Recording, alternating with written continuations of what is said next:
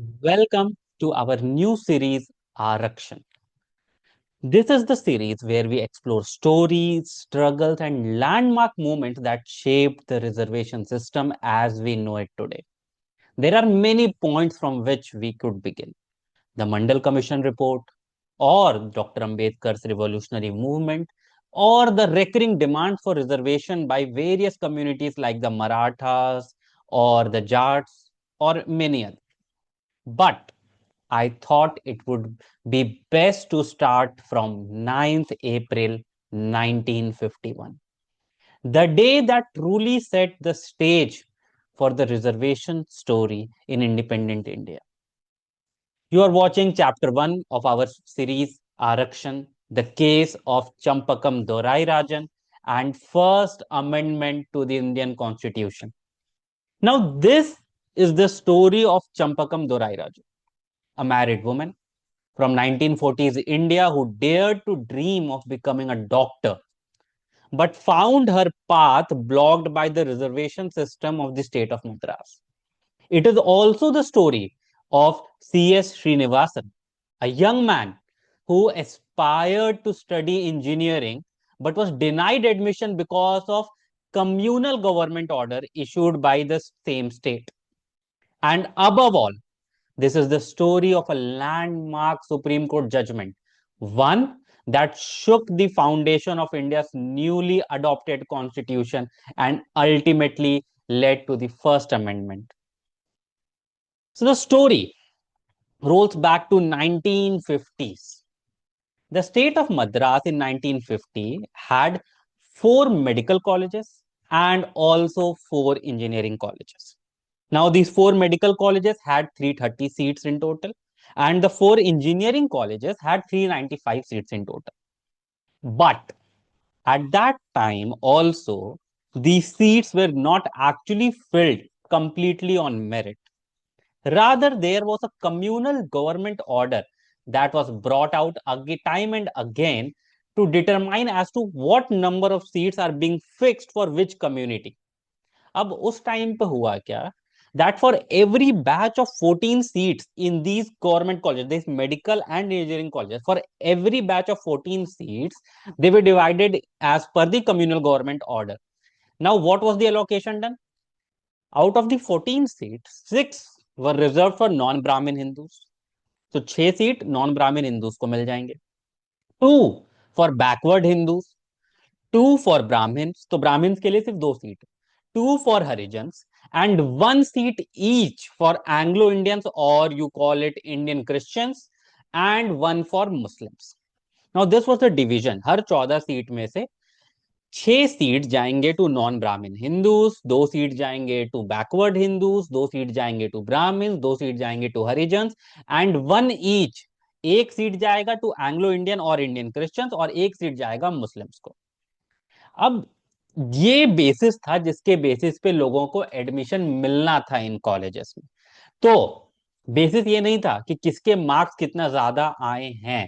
Obviously आपके marks ज्यादा होने चाहिए, बट अगर आपके मार्क्स ज्यादा भी हैं पर आपकी कैटेगरी में वो सीट फुल हो गए हैं, वो 2 सीट, जैसे ब्राह्मण्स को अगर एडमिशन चाहिए, उनकी कैटेगरी में सिर्फ 2 ही सीट हैं, तो वो सिर्फ उन्हीं 2 सीट के लिए कंपीट कर सकते हैं, वो उससे ज्यादा सीट के लिए कंपीट नहीं कर सकते हैं. तो अगर उनकी marks may be from 6 people who have got admission on a reserve seat of non Hindu Brahmins, non Brahmin Hindus, और ऑफ बैकवर्ड हिंदूज, और ऑफ हरिजन्स, उनको उस पर एडमिशन नहीं मिल सकता अगर उनका मार्क्स उससे ज्यादा भी हो तो. Now, this was the system.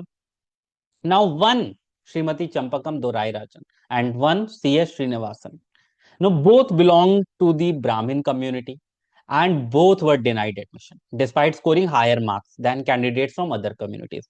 Now, both felt really wrong. Both felt that, this is not right. This is against the constitution. Constitution came into effect. It was very new at that time. Constitution नया नया आया ही था. ठीक है. अब constitution नया नया आया था, उन लोग को लगा यार हमारे साथ ये तो बहुत गलत हो रहा है. So they filed writ petition before the honourable Madras High Court, and the honourable Madras High Court held that the communal geo was unconstitutional, and since it was unconstitutional, hence the law laid down by it, that is reserving the seats for various communities, is bad in law. However, the state of Madras did not feel that the order was right, and so it went to the Supreme Court. And finally, the matter came before a 7 judge bench of the Honorable Supreme Court of India. नया नया constitution आया था, नया नया interpretation का case आ गया और एक 7 जज बेंच भी बन गई। अब सुप्रीम कोर्ट ने फाइनली 4 अप्रैल को, इस 9 अप्रैल 1951 को केस को डिसमिस कर दिया, इस अपील को डिसमिस कर दिया, and hence upheld the judgment of the Madras High Court. And the Supreme Court held that there cannot be any reservation for any community in the matters of admission in educational institution. As such, this system of reserving seats in educational institution violates the fundamental right to equality guaranteed by the Constitution. तो supreme court ने क्या किया कि educational institutions में आप reservation नहीं कर सकते, ये फंडामेंटल राइट टू इक्वालिटी का वॉयलेशन है। अब कोर्ट ने ये रीजनिंग दी क्यों, ये फाइनल डिसीजन पे आए क्यों, कोर्ट की रीजनिंग क्या थी इसके पीछे?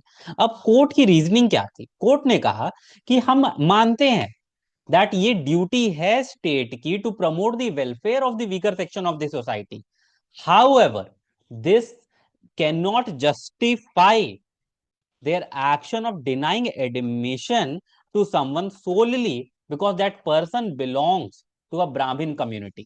The Supreme Court held that the only reason why these two people are being denied admission, despite having an equivalent or a higher qualification than other candidates, is because they are Brahmins.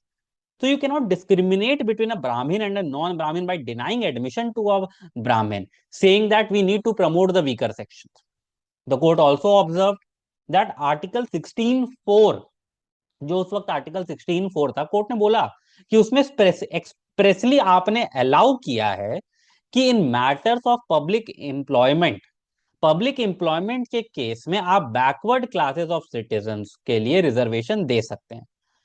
तो जब आपने 16(4) में jobs के case में reservation के लिए allow किया है, बट ऐसा कोई भी प्रोविजन आर्टिकल 15 में नहीं है। अब ऐसा क्योंकि कोई भी प्रोविजन आर्टिकल 15 में नहीं है, तो ये कहना गलत है कि आर्टिकल 15 आपको अलाउ करता है reservation, and hence reservation expressly for cases of admission constituent assembly ने नहीं माना, और क्योंकि ये बात डिनाइड की है कॉन्स्टिट्यूएंट असेंबली में, तो अब आप रिजर्वेशन नहीं दे सकते हैं। कोर्ट का कहना था कि फ्रेमर्स ऑफ द कॉन्स्टिट्यूशन ने कभी ये इंटेंट नहीं किया था कि ऐसा कोई रिजर्वेशन हो जिससे एजुकेशनल इंस्टीट्यूशंस में कम्युनिटी या कास्ट के बेसिस पे सीट रिजर्व की जा सके। और कोर्ट ने यह भी क्लैरिफाई किया कि ये कॉन्स्टिट्यूशन का कभी भी ट्रू इंटेंशन नहीं हो सकता है कि किसी पर्सन को एडमिशन डिनाई किया जा सके because he does not belong to a backward class, and held that the true intention of Article 15 was simply that no person should be denied admission to an educational institution because of the caste or community that he belongs to. अब court ने तो ये hold कर दिया, ठीक है। अब court ने बोल दिया यार कोई ऐसा स्पेशल रिजर्वेशन तो है नहीं। So this was the law that was laid down in the case of Champakam Dorairajan 1951 में, ठीक है। मैं आपको साइटेशन बता देता हूँ, जजमेंट की साइटेशन है 1951 supreme court cases 351, 1951 supreme court cases 351। Now this is the citation of the case, और ये था जजमेंट जहां पे सुप्रीम कोर्ट ने बोला कि कोई भी रिजर्वेशन आप नहीं दे सकते हैं in matters of admission into educational institution. Now this did not go well with the Congress party at that time.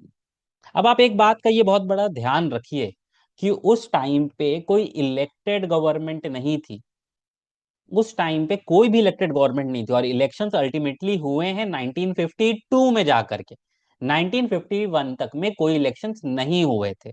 सो जो भी लोग पार्ट थे ऑफ द लोकसभा और the assembly, they were just they were not elected on the basis of कि सारे लोगों ने vote दिया और उन लोगों को इलेक्ट कर लिया गया, rather they were just nominated और they were there. But proper voting system की हर एक पर्सन जो 18 से ऊपर है उसको वोटिंग का राइट था, ये चीज नहीं थी। अब यहाँ पे और साथ ही में आप ये भी ध्यान रखिए कि उस वक्त Jawaharlal Nehru elected prime minister भी नहीं थे, ठीक है। पर जवाहरलाल नेहरू ने सोचा कि यार ये तो सही नहीं है, and hence he brought the first amendment to the constitution. आप इस बात का ध्यान रखिए कि ईयर 1951 है, और एक साल से तो थोड़ा सा ज्यादा समय हुआ है कॉन्स्टिट्यूशन को आए हुए, और with in that time, with in 1.5 year और 1 ईयर टाइम, पहला अमेंडमेंट भी आ गया। पहला अमेंडमेंट आया कब? 16 मई 1951 को, with an intention to overrule the judgment of the Supreme Court. इस पूरे के पूरे का इंटेंशन ही ये था अमेंडमेंट लाने का, कि हम ये सुप्रीम कोर्ट की जजमेंट को ओवर रूल कर सकें। अब यहाँ पे जवाहरलाल नेहरू ने अपने सारे जो चीफ मिनिस्टर थे उस टाइम पे, सारे स्टेट को, उनको लिखा भी, और ये लिखा, मैं कोट करता हूं, it is impossible to hang up urgent social changes because the constitution comes in the way, we shall have to find a remedy even though this might involve a change in the constitution. तो आप इस चीज को ध्यान रखिए कि राहुल गांधी आज के टाइम पे जो इतना ज्यादा बोलते हैं कि कॉन्स्टिट्यूशन के हिसाब से चलना चाहिए, आप कॉन्स्टिट्यूशन को इग्नोर नहीं कर सकते हैं, क्या ये वही कॉन्स्टिट्यूशन है जो कॉन्स्टिट्यूंट असेंबली में बनाया था? क्या ये वही संविधान है जो 26 जनवरी 1950 को लागू हुआ था? नहीं, ये वो संविधान नहीं है। इनफैक्ट जो लागू हुआ था, उसके लागू होने के एक साल, एक 1.5 साल के अंदर ही नेहरू खुद आकर के उन्होंने सबको ये लेटर लिखा और ये बोला कि हमें कॉन्स्टिट्यूशन बदलने की जरूरत है। तो that gives you a very much idea कि क्या ये वो कॉन्स्टिट्यूशन है भी जिसकी बात सब लोग कहते हैं कि भीमराव अंबेडकर ने कॉन्स्टिट्यूशन बनाया? क्या ये वही कॉन्स्टिट्यूशन है जो कि बनाया गया था, जो सबकी परमिशन से बनाया गया था? और आप एक बात ये भी ध्यान रखिए कि इसमें अमेंडमेंट कौन ला रहे हैं? ये वो लोग नहीं है जो इलेक्ट होकर के आए हैं, रादर वो लोग हैं जिनको बस बैठा दिया गया है, क्योंकि कंट्री अभी एक टर्मोइल के सिचुएशन में है। तो अब इनका क्या कहना था कि भाई हम कुछ सोशल चेंजेस कर नहीं पा रहे हैं कॉन्स्टिट्यूशन की वजह से, इसलिए हेंस ये बहुत जरूरी है कि हम कॉन्स्टिट्यूशन को ही बदल दें। एंड फर्दर ये बदलने के लिए एक और तरीका क्या निकाला गया? वो तरीका ये निकाला गया कि हम एक स्पेशल शेड्यूल का इंट्रोडक्शन करेंगे, हम एक स्पेशल शेड्यूल लाएंगे, और उस शेड्यूल के थ्रू में हम क्या करेंगे, हम उस शेड्यूल के थ्रू में वैसे लॉज को उसमें डालेंगे जो कि सुप्रीम कोर्ट भी ओवर रूल ना कर सके, जिसको आज की डेट पे हम 9th शेड्यूल जानते हैं। तो पहली चीज, सुप्रीम कोर्ट की जजमेंट को ओवर रूल करने का तरीका ढूंढा गया, फर्स्ट अमेंडमेंट लाई गई उसके लिए, ताकि रिजर्वेशन को लाया जा सके इनटू द एजुकेशनल इंस्टीट्यूशन। और दूसरी चीज, साथ ही में 9th शेड्यूल को इनकॉर्पोरेट किया गया, ताकि सुप्रीम कोर्ट कोई भी लाए जा रहे चेंजेस को ओवर रूल ना कर सके। मतलब जो जुडिशियल जो जुडिशरी की चेक एंड बैलेंस थी, कि जुडिशरी देख सकती है, उसी चीज को वायलेट किया गया। इससे बड़ा इंटरफेरेंस क्या हो सकता था टू द इंडियन जुडिशरी? और ये चीज इस हद तक गलत थी कि इनफैक्ट उस टाइम के प्रेसिडेंट, इंडिया के प्रेसिडेंट श्री राजेंद्र प्रसाद ने लेटर भी लिखा to Nehru saying that this will set a wrong moral precedent since you are passing such an amendment in by a provisional parliament. आप एक फुल फ्लेजेड पार्लियामेंट भी नहीं है, आप एक इलेक्टेड पार्लियामेंट भी नहीं है, ये एक प्रोविजनल पार्लियामेंट है। और एक प्रोविजनल पार्लियामेंट एक ऐसा अमेंडमेंट पास कर रही है जो कि ऐसी पार्लियामेंट है जो कि इलेक्ट भी हुई है through a limited franchise, not by a universal adult franchise. ठीक है, क्योंकि जनरल इलेक्शन तब तक हुए नहीं थे। राजेंद्र प्रसाद ने यह भी बोला कि उन्होंने लास्ट मोमेंट पे ट्राई किया कि ये इस चीज को रोकी जा सके, इस अमेंडमेंट को रोका जा सके, और उन्होंने ये बोला कि आप ये जो रेकलेस कोर्स है आपका, इसको अबैंडन करिए, ये मत करिए, ये जो रेकलेस एक्शंस हैं आपके, इसको रोक दीजिए। राजेंद्र प्रसाद ने अपने लेटर में ये बात, श्री राजेंद्र प्रसाद ने अपने लेटर में ये बात लिखी कि ये अमेंडमेंट एक pre mature and uncalled for amendment है, और ये एक एग्जाम्पल सेट कर देगा कि कैसे जो इलेक्टेड गवर्नमेंट हैं वो अटेम्प्ट करती हैं to overrule judicial pronouncement through constitutional amendments. तो सबसे पहले जो ओवर रूलिंग की गई थी of judicial pronouncement through the parliament, कि भाई कोर्ट कुछ भी डिसीजन दे, हम तो वही करेंगे जो हमें सही लगता है, वो हुई थी 1951 में through the case of Champakam Dorai Rajan.